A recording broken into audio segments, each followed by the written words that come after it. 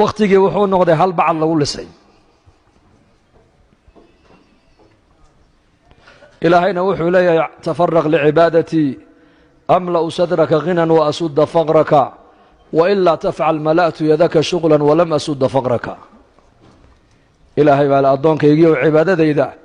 iyo taacadayda iyo diinteeda waqti u samee aniguna maaragtaan qalbiga ayaan kaaga buuxinayaa ghinan nafsi baahidaadana anigaa daboolaya baa ilaahay kaa yidhi wa ilaa tafcal haddaad sidaa yeeli weydo ood samayni weydo mala'tu yadaka shughlan walam asudda faqraka baa ilaahay yidhi 24 saaca mashquul baan kaa dhigay oo busy baan kaa dhigayaa baahidaadana ma daboolayna baa ilaahay yidhi albaabada faqriga laga dabooli maayo haddaan wakhtigeenna qaybinno saacadna aan u dayna kasbi xalaala saacadna masaajidda aan ku camirno oon aakhiradeenna ka fikirno oon diinteenna ku baranno oon diinteenna ka fikirno oon dhallinyarada walaalaheenna masaajidda ka maqan aan u murugoonno oon u tagno oon gacanta soo qabanoon masaajidda keenno saacadana aan ku camirno maaragtaan ay reeraheenna iyo ubadkeenna aan siinno nolosheennu qiimo yeelanaysaa markaas